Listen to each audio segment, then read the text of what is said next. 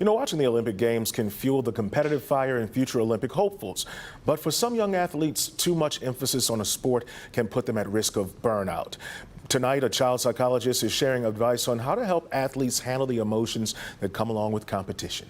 Learning teamwork, getting exercise, boosting social skills, just some of the benefits of kids playing sports. But there are potential downsides too. When they are using the sport as the only way to define who they are and what they like to do, that can sometimes lead to those feelings of burnout. As a pediatric psychologist, Catherine Butts works with young athletes to help develop their healthy relationships with their sports. You've got a lot of these club teams where the engagement in sport is all year, and so there's not really that much of a break for anything else. Or you've got kids who take the sport really seriously and they love it, but they might be setting high expectations for themselves. Burnout can cause stress, anxiety, mood changes, and other mental health problems.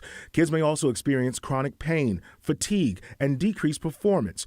To reduce the risk of burnout, keep workouts interesting and take 1 or 2 days off from sports per week to allow time for rest and participation in other activities. Make sure athletes get enough quality sleep, stay hydrated, and are not skipping meals.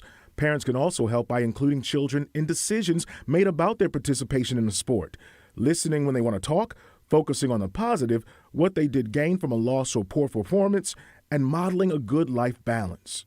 But we also want to make sure that we're noticing early on if kids are taking things too seriously, that we're emphasizing the need for enjoyment and fun.